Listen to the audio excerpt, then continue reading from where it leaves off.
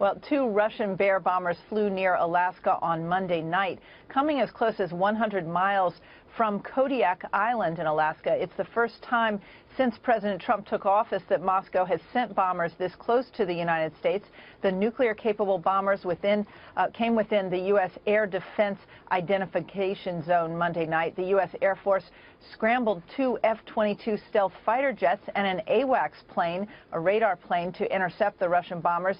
The American jets flew alongside the Russian bombers for 12 minutes before the Russians reversed course and headed home. Last week in Moscow, of course, Secretary of State Rex Tillerson said U.S.-Russian relations were at a low point while sitting next to his Russian counterpart. It's not clear, John, how these Bear bomber flights help. Interesting. Jennifer Griffin, keeping an eye on all things at the Pentagon. Thank you. North Korea has been topping headlines for the past couple weeks, but here's something that's standing out. All that bling.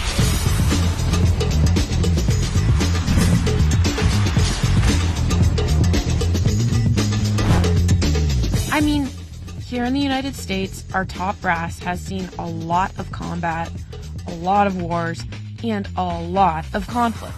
But the last major war North Korea was involved with was the Korean War from 1950 to 1953. There was also a much smaller conflict with South Korea in what has been dubbed the Second Korean Conflict from 1966 to 1969. Which brings us back to that North Korean bling. Where did the shiny new medals come from? Maybe those are like Boy Scout merit badges. You know, you identify some birds, make some fire, help mom in the kitchen. Or maybe they're taking a lesson from the Real Housewives. Messaging. Married rich? I got it. Flaunt it. Just wondering.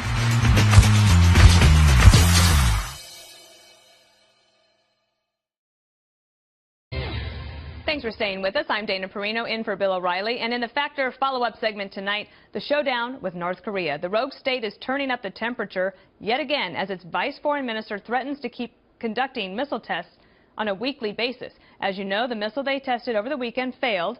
And in an interview that aired earlier today, Fox & Friends' Ainsley Earhardt asked the president if the U.S. had anything to do with that failure. Did we sabotage the North Korea strike? I don't want to comment on it. Okay, what happens if North Korea launches another missile? We'll find out. All right. Joining us now to analyze from Los Angeles, Rick Grenell, former U.S. spokesman to the UN, and from Washington, Jillian Turner, former staffer on the National Security Council. Rick, now that the weekend is behind us and the missile failed to fire, and you have comments from the president and comments from the vice president, what is North Korea's play next? Like, what do you think, based on your experience, that they will do in the coming days? Well, first of all, they're looking at 175,000 troops on their border, Chinese troops. So they've gotten the message very loud and clear that something is different, something has changed. I have to go back to that meeting between President Trump and President Xi at Mar-a-Lago, because that, to me, was a game changer. We saw President Xi leave that meeting, go back to China, and really create action, put those troops right on the border. We haven't seen that in a very long time. We haven't seen diplomacy work that fast. And while there's a whole bunch more that needs to be done, I see that as an amazing moment where we finally have China understanding, when they look at President Trump, that this is a credible threat of military action. This isn't just a threat of military action. This is incredibly credible. Jillian, there have been some changes, but you see some things that kind of look similar. What would that be? Well, I like to sometimes be a steadying hand and calm people down a little bit. We've definitely reached a kind of rhetorical apex on this issue over the last few days, but tensions between the U.S. and North Korea, as you know, Dana, are not new over their missile defense program. This is really something that's been on the slow burn, and alternately kind of boiling and simmering for the better part of 3.5 years now. There's been this kind of covert war going on between the two countries. We didn't hear about it all the time during President Obama's second term, I think on purpose. He didn't want it to be the focus of his foreign policy by any stretch. But he was the one that really started this program, targeting this electronic cyber warfare program, targeting their missiles at home. And I think we're really seeing a continuation of that, is what we're seeing now. Rick, what about behind the scenes, maybe at the United Nations? What kind of communication would they be having? Because obviously there's been a lot of activity with the bombing, the Tomahawk missiles in Syria, the Moab in Afghanistan, then activity that happened all in quick succession. And also, I want to ask you both about the fact that we're even talking about our cyber warfare capability. To me seems, I mean, I understand that Ainsley had to ask the question, absolutely, but Rick, isn't it like maybe we shouldn't be talking about this at all? Well, I think journalists are going to ask, but certainly U.S. government officials should not be talking about it. And I think that the Trump administration has deferred and said no comment. Yeah, they shut it down. But, you know, to go to your point about the UN and Jillian's point, look, I think that the slow burn and all of the resolutions at the UN that have been happening for more than 3.5 years, we have had Security Council action on North Korea for a long time. None of that has worked. The six-party talks have been a total failure. So while all of the diplomats have been kind of talking and putting this on a slow burn through the Obama administration, the North Koreans put a rocket into orbit. What that means is for us here in Los Angeles, there's a very real possibility that if they could just get the other pieces right, which they're testing, they could get all three pieces together, they're going to hit the West Coast, or they can hit the West Coast. That's a scary thought. I think we got to take it seriously, and we need to pressure China to really do something for once. And it's not just China that is being at least more cooperative, I guess you could say, Jillian. But what about the rest of our allies, Japan and South Korea? What are you hearing? Yeah, absolutely. Well, President Trump himself brought them up today. It's interesting that Rick mentioned the six-party talks, because as much as that seems kind of like a passé thing, you know, dredging up old foreign policies from the Bush administration, it seems like that's very much in play. His language was very reminiscent of that. He was talking about working in concert with Japan and South Korea and China to hedge against the North's nuclear ambitions. I mean, this is all language we've heard before. Yeah. So it was kind of interesting to see that in the midst of these like very dramatic shows of military force over the last week in Syria and Afghanistan, the degree to which I think the Trump administration is leaning on diplomacy here, because they realize, obviously, when it comes to nuclear capabilities, everything is existential. Rick, if I could throw a last question to you. Ben Rhodes, a former Deputy National Security Advisor for President Obama, tweeted this today: "Every day the situation in North Korea makes clear just how preferable it is to have the Iran deal in place." What do you think of that? Wow. I mean, it's a crazy analogy to think that somehow the North Koreans are going to all of a sudden give up their ambitions just simply because we're going to give them something. They've made so many promises and broken so many promises in the past. This is not a situation that is even remotely the same. All right, that's what I thought you might say. For more on this, let's bring in Jim Walsh, international security expert and senior research associate at the MIT Security Studies Program. Jim, thanks for being here. Good to be with you. A lot to get to here, but first let's get to the president's comments on this. He's really keeping his cards close to the vest on this, saying he doesn't want to telegraph his plans. Is that a good strategy for us? Well, I think on the one hand, you don't want to tell everyone everything you know, but you also want to be clear in your messaging. You want to be able to communicate to North Korea, to China, and to your own allies some messages that they hear, receive, and take seriously. Well, I think we're in early days. We're just after this summit. It seems to have some legs. It may be paying off for the president. And it's a very delicate situation. And you never know, if it's Monday, will the North Koreans test on Tuesday or Friday? So I think it's wise that he doesn't box himself in. I don't think he should be out there saying, well, if you do this, we're going to strike militarily, because then if they do test and you don't respond and your bluff has been called, then you're in a weaker position. Wall Street Journal Washington Bureau Chief Jerry Seib wrote a piece in the Wall Street Journal this morning saying that the key question in all of this is China serious about working with the U.S. to crank up the pressure on Pyongyang. What is your response to that? Well, I think we're going to have to wait and see, but I would say the early signs are good. Now, North Korea did not conduct a nuclear test. I and many of my colleagues thought that might happen over the weekend. It didn't happen, and one has to wonder whether China's indirect threat of cutting off oil supplies if the North were to test might have had an influence there. And so I think we're in early days, but if we're going to get out of this action-reaction cycle that we've been in for more than 15 years, this is an opportunity to do it, to try to put it on a different track, to work with China. Now, China has its own interests. It's not going to squeeze North Korea to the point of collapse. It doesn't want a failed nuclear weapon state on its border, but China can play a central role in trying to move this to a more stable and less threatening situation. Because trade is such a big deal when talking about North Korea and China, do those economic threats, like you mentioned oil and trade, do they work? Well, I would say oil could be a potentially very powerful weapon. Trade, less powerful. But, there's no running a country without energy, and the North Koreans are dependent on that Chinese oil. So I think that really is a lever. As far as trade more generally, we have sanctioned that and sanctioned that. My partner and I, John Park from Harvard, went and interviewed North Korean defectors to say, how are you beating the sanctions? And we finally got a view on that. And sort of the big picture is they're innovative. They react. They take countermeasures, and we sort of keep doing the same thing over and over again. So our sanctions, even though in name they have been tougher, in effect, they really haven't slowed the North Koreans down. So Saib went on to write, here's a real less obvious test of whether China's serious about working with President Trump to reel in North Korea. Will China stop resisting the installation of a new missile defense system in South Korea?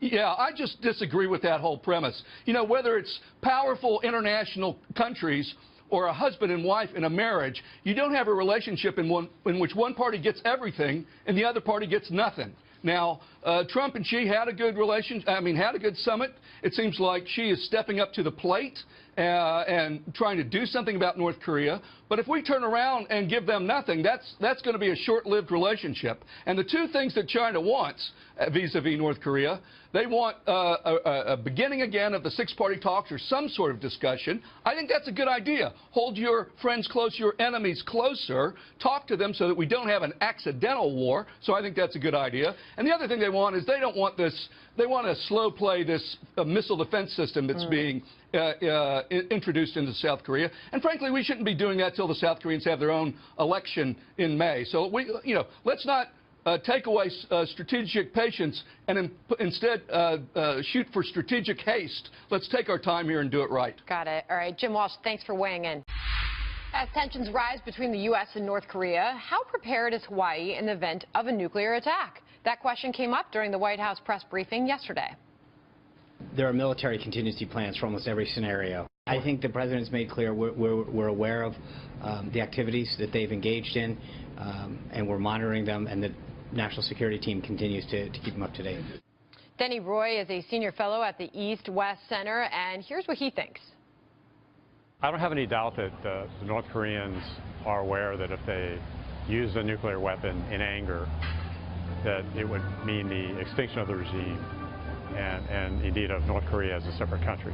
Having said that, I have to emphasize that there's no good reason for the North Koreans to actually use their nuclear weapons, since it would be suicidal.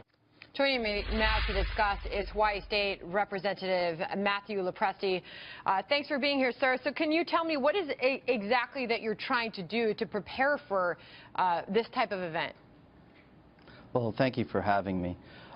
This resolution that we've introduced simply asks the state to prepare. No one's running around here with their saying the sky is falling or anything like that. But it's simply about updating our plans. The latest shelter plan that we have is from 1985. I was 11 years old, a kid during the Cold War. When we heard that some experts were saying that North Korea has or may soon have nuclear strike capability, we began to ask, where are those shelters again? They're not identified much anymore. They're certainly not stocked. And our population has shifted dramatically. So we need to prepare. It's so the burden of government let's go through some of the things ready. that you're proposing in this legislation. Again, plans haven't been updated since 1985, as you mentioned. One, the Hawaii Department of Defense, you're asking to update its disaster preparedness plans, identify locations, as you just mentioned, for usable fallout shelters, upgrade outdated fallout shelters, update shelter signage, markings, provisions, public awareness. Also developing state lands that would accommodate mass storage infrastructure for shipping containers, as well as identify ports outside of the island that may be used in the case that ports are disabled in the event of a disaster. Yeah, but this isn't simply about nuclear fallout or nuclear strikes. Hawaii, as an island state, is in the middle of the largest ocean on the planet, as you know. And so we're always looking at disaster preparedness, and that includes hurricanes, tsunamis, and with 11 military bases and U.S. Pacific Command here, we naturally have to think that we're a strategic and symbolic target. And we need to be prepared for those sorts of things. So in the event of natural disaster, part of this resolution asks us to look at having a long-term alternate harbor instead of Honolulu Harbor. That's Representative, what sort of response are you getting to these requests? A lot of people are grateful that people in government are actually taking this seriously enough to prepare. Some people suggest that, you know, if there's a nuclear strike, then the game's over. But it's not that simple. You know, the 15 to 20 kiloton kind of warhead that the North Koreans may now or may in the near future be able to put on an ICBM is much smaller than the kind of megaton that, say, Russia or China might be able to use. So we're looking at a 2 to 3 mile radius, blast radius, and that means hundreds of thousands of survivors. It's our burden in government to prepare for worst case scenarios, however unlikely. What do you hear from residents there as you're looking to increase this preparedness level, take these precautions against the worst? Is this sort of raising fears of the threats that we see coming from there? No, I think people have a mature understanding of what the reality is. We have an unstable dictator in North Korea. We have an unpredictable president with a new foreign policy. You combine these things and people worry naturally. I think people are a little confused about the difference between bomb shelters versus fallout shelters. There are no civilian bomb shelters that I know of. Sean Spicer had mentioned that the military has contingency plans. I'm sure they do. But the civilian plans, like I said, haven't been updated since 1985. So people, I think, appreciate the fact that we really do need to take this seriously, because if it's not now, at least at some point, we need to have a plan. If we don't, then we fail the people. All right. Well, you're trying to do your part. Thanks for joining us. Mahalo.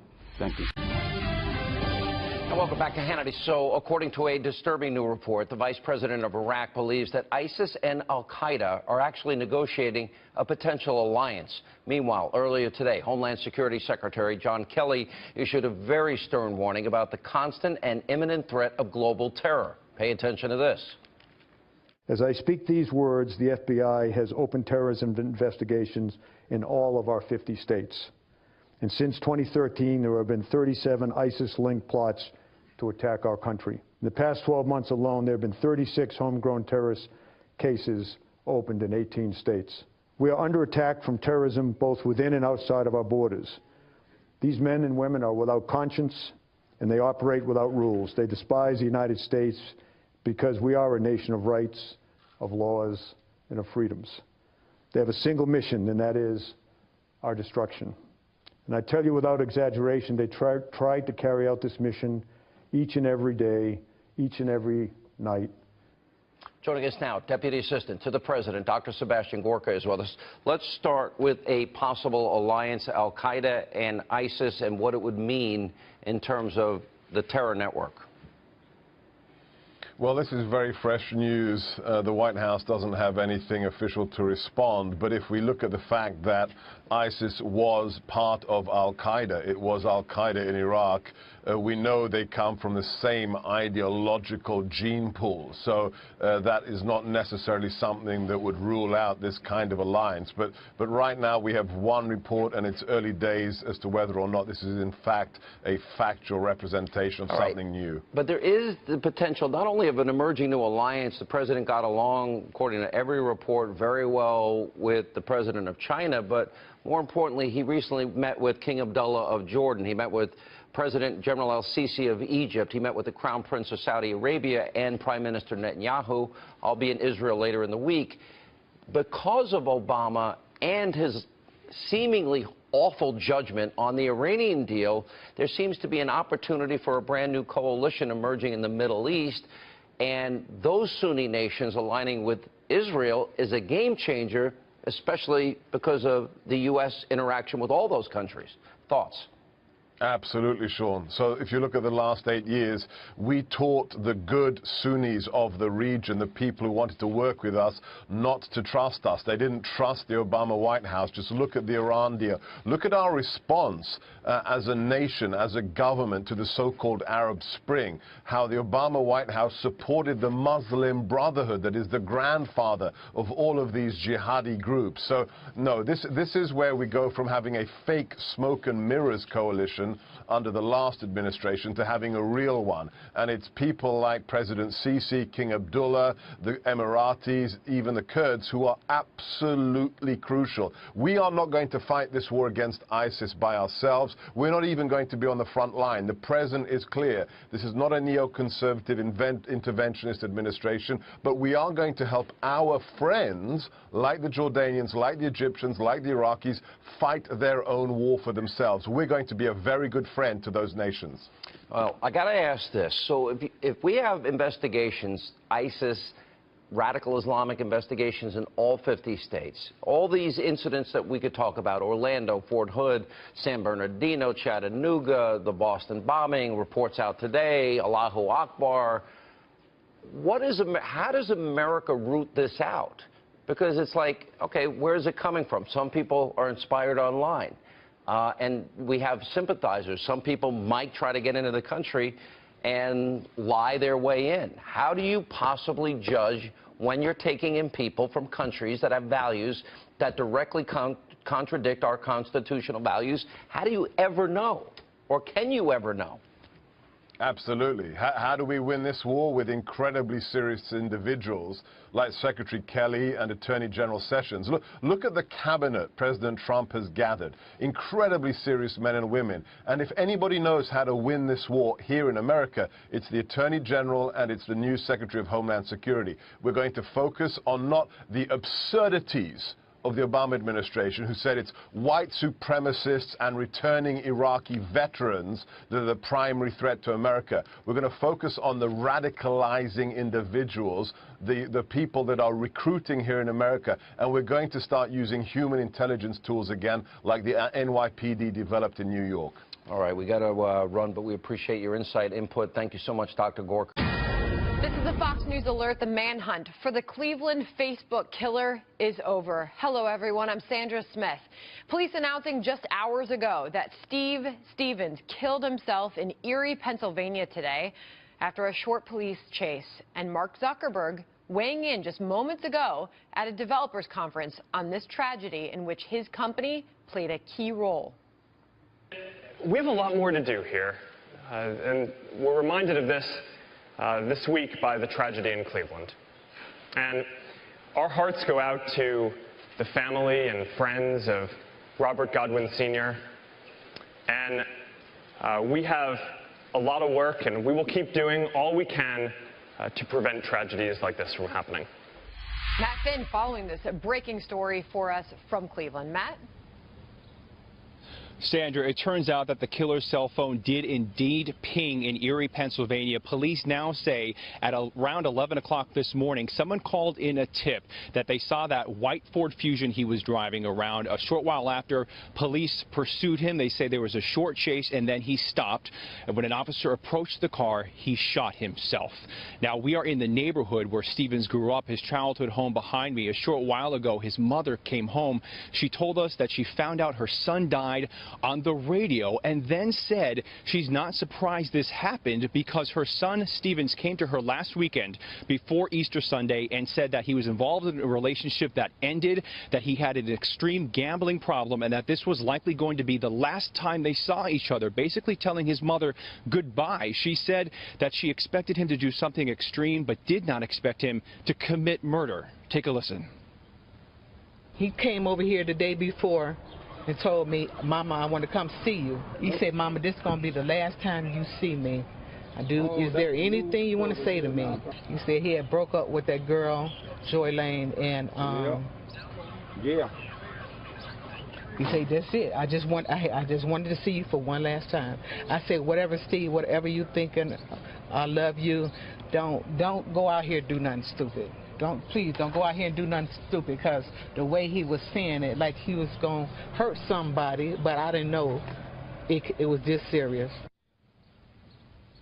We also spoke to some neighbors who have mixed opinions about Stevens. Some say he was a bit odd growing up as a child. Others say that this comes as a complete shock. One neighbor we spoke to said he was afraid to go in his house for fear that Stevens may be hiding in there, so he had police check his own home before he entered. Right now, police are saying if you saw the killer Stevens in the Erie area over the past 48 or 72 hours, please turn that tip in, because they're still trying to piece together the timeline, which is very important in this case. Sandra? And interesting to hear from Mark Zuckerberg, Facebook's founder. There's a lot more work to do on monitoring this type of criminal activity on his company, on Facebook. Matt Finn, thank you. The interruption. There's breaking news. This is a big one. This is the spot in Erie, Pennsylvania, where the Facebook killer killed himself. They've called him the Facebook killer. He was never convicted of anything, but they say he did this. His video shows he did. Now they're explaining the pursuit of this man. Let's listen. Again, you only have one chance at the scene, so we're certainly not going to rush, and thank God we have the weather in our favor today. So. Did he ever drop his weapon?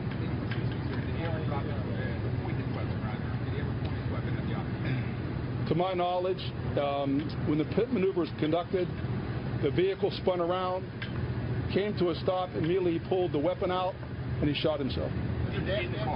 In the car? In the car. I'm sorry. Could you repeat that, please? We have MVR videos. I believe there were 3 vehicles involved that should have MVR on it. As a rule, we don't release that, sir, but we do have that. From your standpoint, how relieved are you that this manhunt is now over and the people here can breathe a sigh of relief? Well, clearly, no investigation is 100% complete until the investigation is done. Right now, to the best of my knowledge, and I'll let anybody else jump in here, we don't believe he had any accomplices. Our concern is he was somewhere over the last several days.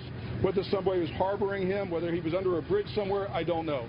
I would say if I feel a lot more comfortable now than I did prior to 11 o'clock.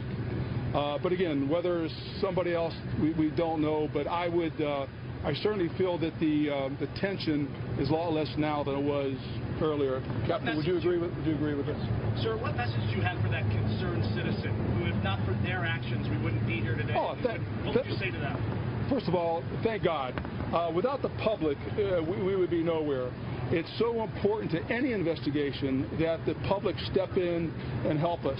Our job as state troopers and police officers and district attorney, we are here to serve the public. And it's nice when they realize that and they help us out with an investigation.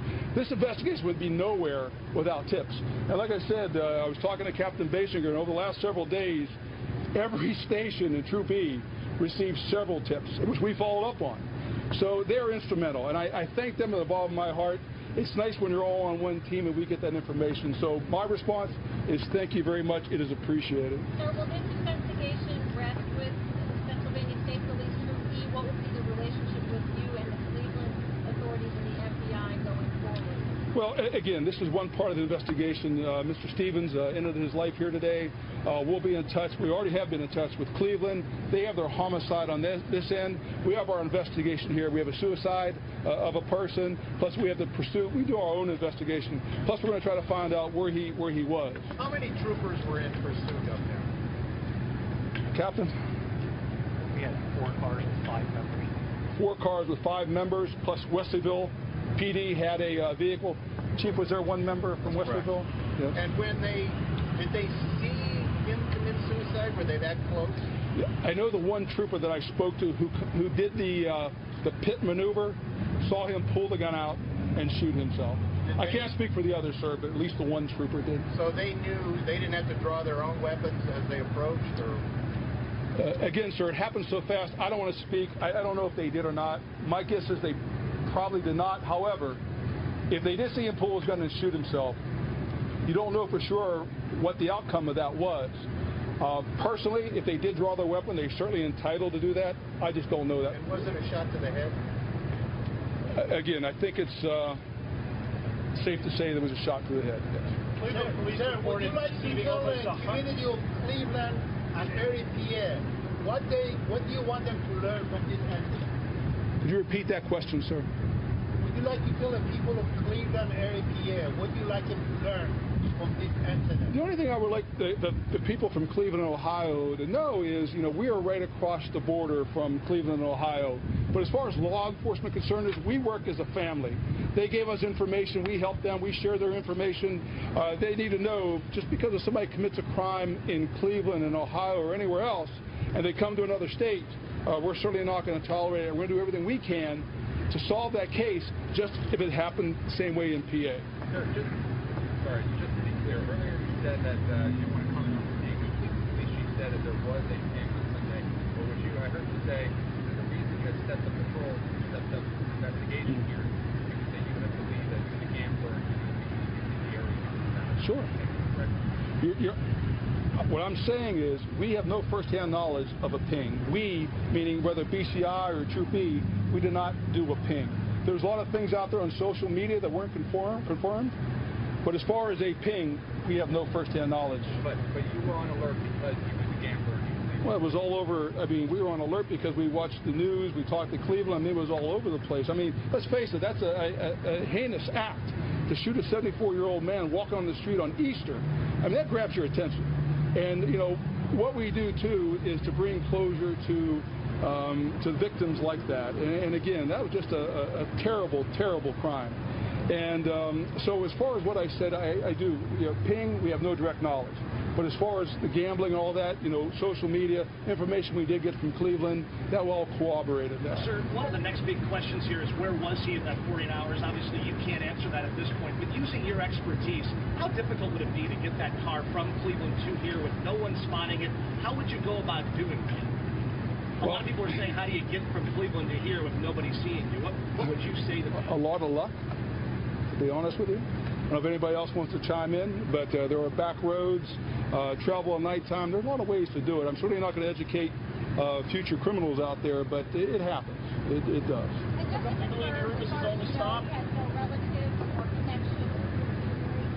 I will say this, ma'am. Right now, we're not aware of any. Sir, Cleveland PD reported receiving almost 100 or 400 tips over the past 48, 72 hours or so since this incident happened. As it got out to the media, are you able to quantify the number of tips that PSP has received in addition to that? I don't have direct knowledge, Captain. I'm not sure if you're aware of how many. I do not have. Yeah, we were. It's a fresh incident. We're getting tips. It was more important for us to make sure they were signed and followed up on. I don't have a number for you right now, but like I said, every station in Troop E received tips. How long do you believe he was in Erie? I don't know. Today, at least for today. We could say at least overnight. That'd be an assumption on my part. I don't know. Unless someone else has some information. Direct knowledge of how long he was in the city? I don't know. What time did this call come in today? 11:10. The body is removed from the scene. Will it be moved to the Erie County Morgue or will it be returned to Cleveland? Would go to the autopsies tomorrow morning here. Sorry about that. Thank you. Good catch. Thanks. Any other questions? One last. I understand you spoke to your officers under your command, spoke to the individual who works at McDonald's. Can you talk at all about their demeanor? I think there's a lot of interest in this concerned citizen who really, albeit a small act, it's a huge act, the courageous act. Can you talk at all about their demeanor or how they described Mr. Stevens when he was right in front of them? You're talking about? The McDonald's employee, this concerned citizen. What did they describe Stevens as, and how would you describe them after? I believe my response was it was a concerned citizen on Buffalo Road in Harp Creek Township. I don't think I've ever said McDonald's. No, but the person that was the concerned citizen, it's our understanding that you've spoken to them. I have not. But no one in your under command has spoken to them either? They called it that. Okay. Any other questions from anybody else from our panel? My name? Yes, sir. It's Tepper. It's Tepper.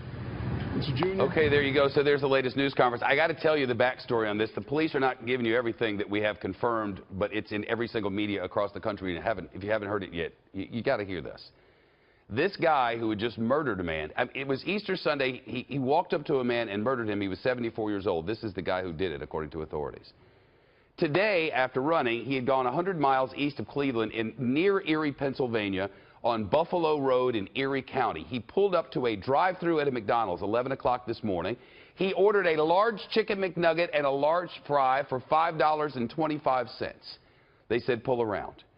He pulled around to the window. One of the employees looked out. They handed him the chicken nuggets and said, it'll be just a minute on your fries. And one of the employees in there, we don't know who, said, that looks like the guy who killed the guy in Cleveland. So the fries were ready, but they held him back, telling the guy, you got to wait, while somebody went to call police. This is 10 after 11 this morning. So someone in that McDonald's called police, while the guy who's suspected of killing this man, this 74-year-old man, is sitting at the drive-thru window, and the guy in the drive-thru window goes, I'm not waiting on these fries, I got to get out of here. Now, according to the employees, he didn't speed off or anything like that. He just drove off like anybody would, but he left his fries behind after paying his $5.25. And it was that tip from that McDonald's worker that ended this chase at that moment. They said there was a very brief chase after that. You heard the Erie County people, Erie County PA people saying there that they had a very short pursuit on the guy. They did a pit maneuver. You've seen those in the car chases out in Los Angeles or whatever, where a cop gets up behind you, pulls to one side or the other of the rear of you, then turns his steering wheel really hard so that it makes the back end of your car, swerve around and basically stops your forward progress. And at that point, they are trying to take him into custody. And according to the authorities, this suspect takes the gun, shot himself in the head, and that was that. $5.25 at the McDonald's, and somebody in the drive-thru saw something and say something. And from the police, they're loving it. First and foremost, we have not located Steve. We're still asking the public's help in that regard. Just a couple little technical things for the community to understand. This is currently a nationwide search, and we are getting calls from all over the country, as far away as Texas. If there is a perceived sighting of Steve or this vehicle, we want you to dial 911 right away. If you think you see Steve out there, or if you think you have spotted that vehicle, we want you to call 911 right away. If you think you have information that may lead to Steve or that vehicle, then that's what that FBI tip line is all about. We're getting people as far away, again, as Texas that are saying, hey, I just saw him in a Walmart, and they're calling that tip line, and then we relay that information, and then we have to get back to that jurisdiction to have boots on the ground right then and there, go and check that out. So if you think you spot him or that vehicle, call 911 in your local jurisdiction so they can get officers there right away. If you think you have information that may lead us to him or the vehicle, then call the FBI tip line. There are a couple things floating around out there as far as us tracking this vehicle through some kind of GPS or vehicle locating system. That vehicle is not equipped with any of those systems. Of course, that's the first thing that we looked at from the dealership aspect and also from Ford Motor Company itself. The vehicle is not equipped for that type of tracking. Again, we're still asking the public's help in locating Steve. We have received to date almost 400 tips nationwide on this, so we encourage people to keep sending in those tips. We've got a Fox News alert for you. Yesterday, a 39-year-old man out in California, Corey Ali Mohammed, shot and killed 3 people in Fresno. He reportedly yelled Allahu Akbar before shooting 3 white men. That's his picture right there. Let's bring in Rod Wheeler, former homicide detective and Fox News contributor. Rod, when we heard that he had shouted Allahu Akbar, we figured it was terrorism, but apparently some of the cops out there are saying maybe it's not.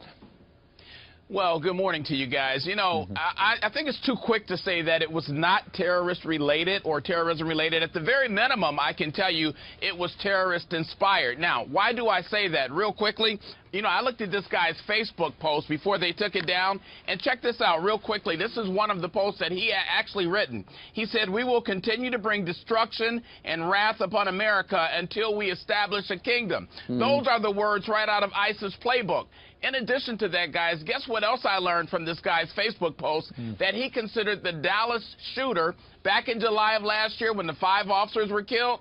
He referred to that guy as a hero. So this guy, Corey Muhammad is his name, the guy yesterday, he clearly was inspired by ISIS or one of these other Islamic extremist groups.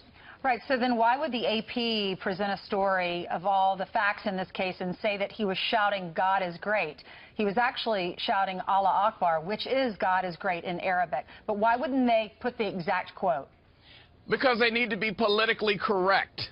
That's the only reason. And, you know, I've been saying for the longest, the only time we can really defeat ISIS or these Islamic extremists is when we call it out and when we call it what it is. That's exactly what President Trump has said, and that's what he's doing. He's calling it what it is. And that's why when I saw that report from the AP yesterday, I said, you know, they still don't get it. And here at Fox, we've just been reporting exactly what the guy said. This is what the guy said. Not only did he kill those 3 people yesterday, guys, but he also killed another white guy last Thursday there in Fresno. So, you know, we need to call it what it is, you know? Right. And, Rod, what do you think, coming on top of the Facebook killer? I know a completely different case, but you were just talking about this killer's Facebook post. We're seeing this kind of garbage on social media, and then it leads to murders. Right, and that's why social media, whether it's Facebook, whether it's Instagram, they need to take accountability and responsibility for keeping this kind of crap off of Facebook and off social media. Look, they have the ability to do it. Facebook has tons of money. They know how to put the algorithms in the system. They just haven't done it yet. Hopefully, by us pushing, we'll continue to get them to do the right thing, guys. The other scary thing, Ron, is just the fact of the randomness of it. Apparently, you know, he shot these 3 people dead randomly, selected them at random, just like the guy on Easter Sunday in Cleveland. Well, it was sort of random, Steve, and that's an interesting observation. It wasn't necessarily random, though, because if it would have been random, then he would have shot anybody. He specifically targeted white males. You're right. So, for one, we know this is a hate crime. It wasn't random. He went after any white male. That's number one. And the guy in Cleveland, now that was random. He just selected anybody. But I even think in that case, he specifically selected the older guy, the old guy that could not fight him back. I think that's what the deal was in Cleveland. Police say not tied to terrorism, but a hate crime, that this man hated white people. That's right. Exactly. All right. Rod Wheeler, thank you very much for coming in early on this Wednesday morning. Absolutely. Thank you, guys. Thanks, Rod. President Donald Trump is set to become the first sitting president since Ronald Reagan to address the National Rifle Association. The National Rifle Association, who are really good people, by the way, I've gotten to know them. They are good people. They love this country. They endorsed me, the earliest endorsement I believe they've ever given, but they endorsed me. We are going to protect and preserve our Second Amendment, okay? So what can we expect from his speech? NRA Executive Director Chris Cox joins us from our nation's capital. Chris, good morning to you. Hey, good morning, Steve. Well, I guess you invited him, and he said, I'm coming, right? He did, and we're excited. We're going to have a big celebration in Atlanta next weekend. We're expecting over 80,000 NRA members from all over the country to join in celebration, and there's one particular member that they're very excited to hear from, and that's the President of the United States. When he was out on the stump, there was no mistaking the fact that he was 100% behind your organization. Well, this president ran as the most pro-Second Amendment, pro-individual freedom candidate in the history of the country, and if you look at how he's governed over the first 100 days, he's arguably been the most effective and most successful in the first 100 days of any presidency. So we're really excited about not only him speaking, but Donald Trump being president of the United States and having a president who supports this basic individual and fundamental freedom. And as you said earlier, he will be the first president since Ronald Reagan addressed the NRA. Here's a snippet of Mr. Reagan back in 1983.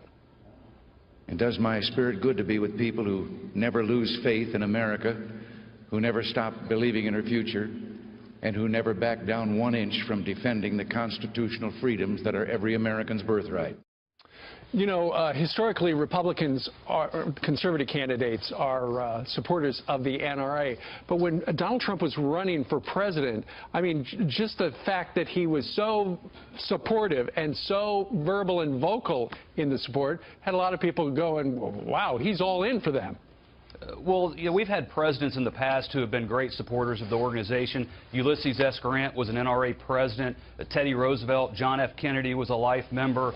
We've had, you know, President Reagan speak in 1983, which was a great moment for NRA members. But, Steve, this is a great moment and a great time in Second Amendment history. We have the most pro-Second Amendment president coming to speak to the National Rifle Association. It's going to be a great day for America, a great day for our members, and we're excited to have him there. Well, I know you're excited to have him there, but you know there are going to be a bunch of protesters out front. You know that, right?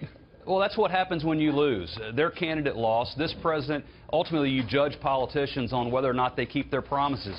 This president promised to put the Supreme Court back on the side of individual freedom, back on the side of the Second Amendment and the American people, and he kept that promise. For the first time now, thanks to President Trump, we are back to a 5-4 majority on the Supreme Court. We now have a Justice Department, thanks to Donald Trump and Jeff Sessions, that's not interested in political justice, but is interested in prosecuting criminals. We have an Interior Secretary in Ron Zinke that understands that hunters and sportsmen should be able to enjoy our national treasure and America's lands as well. We have a lot of work to do, but so far the first 100 days have been fantastic from a Second Amendment standpoint. It sounds like you're 100% behind him.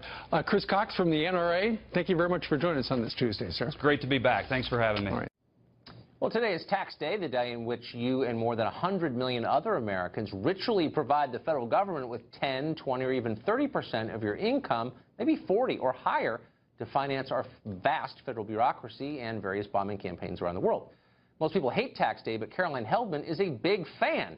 It's hard to find her, but we did. She's a political science professor at Occidental College out in California, and she loves tax day so much she wants to expand it bigly. She's called for upping the top tax brackets in America to 80% or more. Professor Heldman joins us tonight. Professor, thanks for coming on. Thanks, Tucker. So I just want to get to motive here for a second. Do you want the tax rate to go up to pay for more stuff or as a way to punish rich people? Well, neither of those things. And let's be clear, I'm not talking about taxes for your viewers. I'm talking about taxes for the top 1%, and I'm not even talking about all of their income. I'm talking about the marginal tax rate, the highest rate, which right now is set at $470,000. So I'm talking about wealthy individuals who on $470,000 plus would be taxed at a much higher rate than they are now. And in fact, historically, for example, under Eisenhower and JFK, they were taxed at 91%. Now they're taxed at less than 40%. And this has meant that we've scrimped on the social safety net. We've scrimped on education. There are lots of things that this money could go for. Well, we spend more on those than almost anyone else in the world. But to answer my question, I mean, you want to buy more stuff. It's not just because you object to the existence of rich people. You're not trying to hurt them. You just want to pay for more stuff. Well, I don't think rich people are held to the same standards as other taxpayers. So I think that there are loopholes in their armies of lawyers and estate planners that allow them to hide their wealth. I would like to see that money go into the economy. I mean, taxes are the price we pay for civilization. I would love to see, you know, free higher education. I would love to see our infrastructure, our crumbling infrastructure system funded in the United States. There are a lot of things that this money could go for if, you know, wealthy people were fairly taxed, and they just aren't. So you're from an affluent family. What does your mom think of this? My parents, my family gives a lot in philanthropy, just as I do. I'm not on the top 1%, but, you know, we are people who practice what we preach, and that means that you give a lot of money away in terms of nonprofits. I also use tipping of servers as a mechanism for redistributing wealth. Wait, I'm confused. Okay, no, but I'm for all those things. I'm for philanthropy, and I'm especially for tipping waiters. I agree with you 100% on that, and so God bless you. Glad to hear it, Tucker. But you're asking other people to give their money to the government. Why aren't you giving 70% of your income to the government? You could. Well, I'm not on the top 1%, but I have no issue. You don't need to be. Well, that's the argument I'm making, right? That it's not about working class Americans or people like me who are upper income Americans. It's about really the wealthiest top 1%. Now, I have no issue. Wait, you're a college professor. Taxes. I'm not attacking you, by the way, at all. I pay about 30%. But I know you're not. Why not pay 70%? I don't understand. Like, what's holding you back? Why not lead by example? Tucker, you know, You know what's holding me back? If I knew how to do that, I would have no issue doing that. But the tax code is incredibly convoluted. No, it's totally no. Trust me. Let me simplify it for you. Just write a check, pay your taxes, then figure out what you pay. 30%, you said.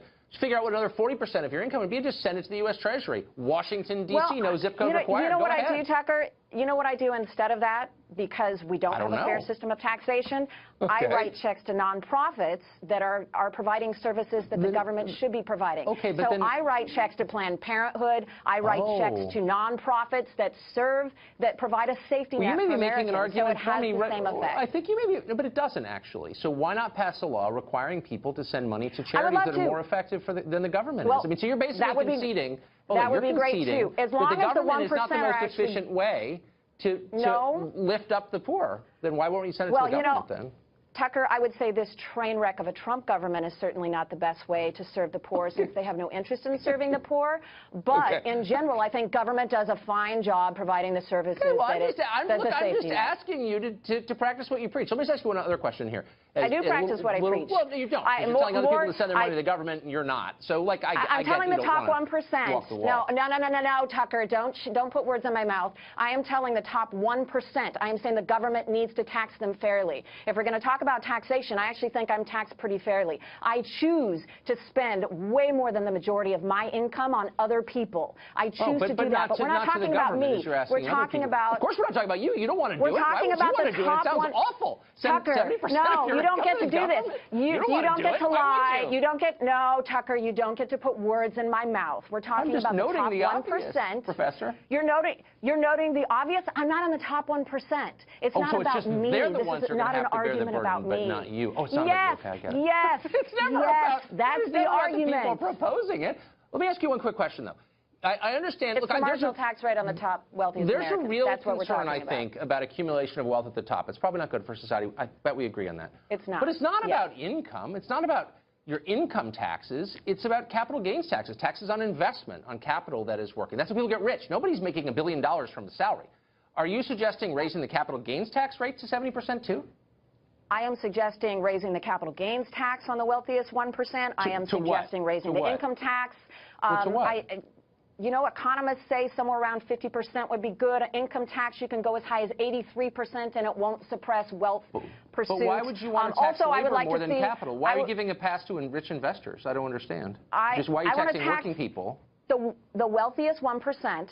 I would like to tax them at higher rates across the board on their salary, on their investments, and also on what they're passing to the future generations. I want to see the death tax go up. I want to see all of it go up because right now the top 1% do not pay their fair share. Okay, we got to go. But call me when you start sending all your money to the government, and then I'll follow. I'll follow suit. It's hilarious. I'll call you when I'm on the top